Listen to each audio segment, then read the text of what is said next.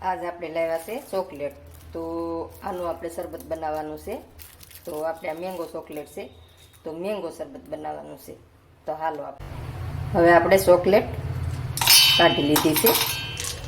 તો હવે આપણે મિક્સર જારમાં નાખી દઈએ. તો હવે આપણે પીસી લઈએ. તો ચોકલેટ આપણે પીસી લીધી છે. તો હાવ ભૂકો નથી કરવાનું, થોડીક આપણે આખા પાખા જેવી રાખવાની છે. તો હાલો હવે આપણે બનાવીએ શરબત. હવે આપણે ફુદીનાના પત્તા લેવાના છે. તો એને આપણે આ રીતે તોડી લેવાના છે, આમ ઝીણા ઝીણા કરી નાખવાના છે.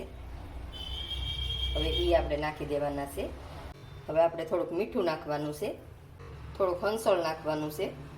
આ શેકેલા જીરાનો પાવડર છે, તો આપણે એ નાખવાનો છે. તો આપણે લીંબુ છે, તો એ નીસવી દઈએ. 1 ચમચી આપણે ખાંડ નાખવાની છે. તો તમારી પાસે દળેલી હોય દળેલી નાખી દેવાની.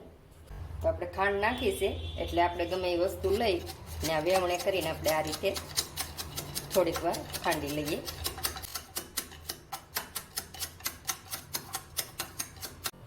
હવે આપણે બરફ નાખી દઈએ. હવે આપણે આ ચોકલેટનો ભૂકો કર્યો છે, તો એ નાખી દઈએ.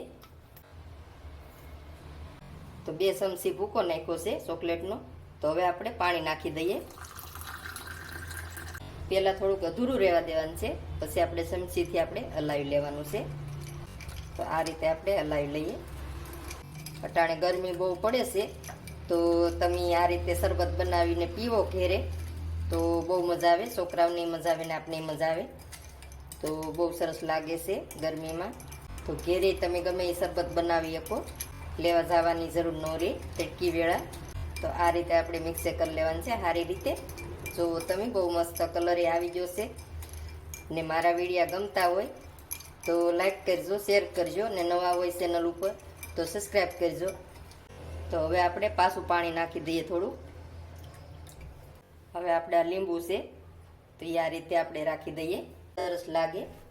આપણે આ પુદીનો છે, આ રીતે શરબત બનાવો, બહુ મસ્ત બને છે.